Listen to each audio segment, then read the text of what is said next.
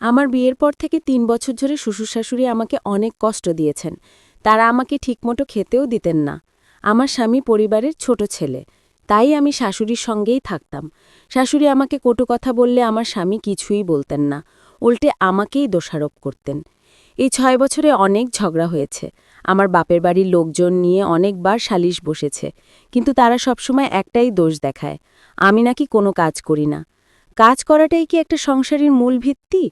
আমার স্বামী আমার সঙ্গে হাসি খুশি থাকে না, মেলামেশা করে না। আমাদের মধ্যে সামান্য কিছু নিয়ে ঝগড়া হলে সে ২০-২৫ দিন আমার সঙ্গে কথা বলে না, এমনকি পাশাপাশি শুলেও অনেক দূরত্ব বজায় রাখে। এরপর যখন আবার কথা বলা শুরু করে, তখন ৪-৫ দিন ভালোভাবে কথা বলে। এই সময়ে যদি আমি একটু হাসি মজা করি, সে হঠাৎ রেগে গিয়ে ঝগড়া শুরু করে। তখন আমার হাত ধরে টানতে টানতে তার মা-বাবার কাছে নিয়ে যায় এবং সবার সামনে ঝগড়া করে। এরপর আবার ২০-২৫ দিনের জন্য কথা বন্ধ। এভাবে প্রায় ১ বছর ধরে চলছে। এরই মধ্যে একদিন ওর ফেসবুক অ্যাকাউন্টে কিছু মেয়ের সঙ্গে আপত্তিকর কিছু কথোপকথন দেখতে পাই। এ নিয়ে ঝগড়া করলে সে আমাকে স্পষ্ট বলে, বেশ করব, তুই যা পারিস কর, তুই আমার কিচ্ছু করতে পারবি না। আমি যখন বলি যে আমি আর থাকতে চাই না, তখন সে বলে, তোর অসুবিধা হলে তোর বাড়ির লোককে বল, আমাকে কেন বলছিস? আমি কি তোর হাত ধরে নিয়ে এসছি নাকি?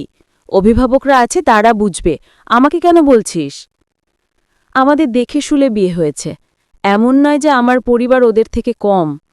ওরা আমাকে খেতে পড়তে দেয় না, তবুও আমার বাবা মা আমার সব খরচ চালান। তাঁরা বলেন একটা বাচ্চা হলে সব ঠিক হয়ে যাবে, কিন্তু আমার ২ বছরের একটি ছেলে আছে। তার আগে আমার একটি সন্তান ৮ম মাসে নষ্ট হয়েছিল, সেটি ছিল নর্মাল ডেলিভারি। তখন আমার স্বামী আমাকে হাসপাতাল থেকে আমার বাপের বাড়ি পাঠিয়ে দেন। এরপর কেউ আমাকে দেখতে আসেনি। আমি খুব কাঁদতাম, তাকে আসতে বলতাম, কারণ তখন আমার তাকে খুব প্রয়োজন ছিল। তবুও সে আসেনি। ১.৫ মাস পর যখন আমার বাবা তাকে ডেকে আনেন, তখন সে দেখা করে। আমার ছেলে হওয়ার পর সব খরচ আমার বাবা করেছেন, ও ১ টাকাও দেয়নি। উল্টে তারা প্রায় ৩০ জন লোক ছেলেকে দেখতে আসবে বলেছিল।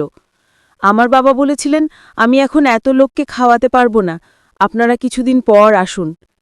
এই কথা শুনে আমার স্বামী রেগে গিয়ে ঝগড়া করে এবং ৬ মাস ছেলেকে দেখতে আসেনি। এরপরও সে কোনো খরচ দিত না। যখন ঝগড়া করতাম যে তোমার ছেলের খরচ তোমাকে করতে হবে, তখন ৫০০ টাকা দিত। আমার শ্বশুরবাড়ির ভালো ব্যবসা এবং অনেক আয় আছে, কিন্তু আমার বর সব জায়গায় খরচ করলেও আমাকে বা আমার ছেলের জন্য কিছুই দিত না। আমাদের মধ্যে অনেক ঝগড়া হয়েছে। এর মাঝে একদিন আমার স্বামী ঝগড়া করে তার মা বাবার কাছে টেনে নিয়ে গেলে আমি রাগ করে অনেকগুলো ঘুমের ওষুধ খেয়ে ফেলি। এরপর আমার বাড়িতে খবর দিলে আমার বাবা মা ভাই সবাই আমাকে নিয়ে চলে আসে। আজ ৩ মাস হলো আমার স্বামী আমার সঙ্গে কথা বলে না, শুধু ফোন করলে ছেলে কোথায় জিজ্ঞেস করে এবং ছেলের সঙ্গে কথা বলে। আমার ছেলে বলে, আব্বু আমি তোমার কাছে যাব, তুমি আমাকে নিয়ে যাও, আব্বু আমি এটা খাবো, ওটা খাবো, কিনে দাও। আমার স্বামী কোনো উত্তর দেয় না। ছোট ছেলের খরচ অনেক, তবু এই ৩ মাসে সে ১ টাকাও দেয়নি। সব খরচ আমার বাবা করছেন, কিন্তু ছেলে তো তার নানা, তার কাছে কেন এই আবদার করবে? যে বাবা নিজের দায়িত্ব নিতে চায় না, তার কাছে ছেলে কেন যাবে? আমার পরিবারের সবাই বলে যে আর ওখানে যেতে হবে না, ডিভোর্স দিয়ে দিতে, কিন্তু আমি ওর প্রতি দুর্বল, কি করব বুঝতে পারছি না। এবার যদি আমি যাই, আমার শ্বশুরবাড়ির লোকেরা আমার বাবাকে বলেছে তারা সালিশ বৈঠক করে আমার থেকে নাদাবি লিখে তারপর আমাকে নেবে।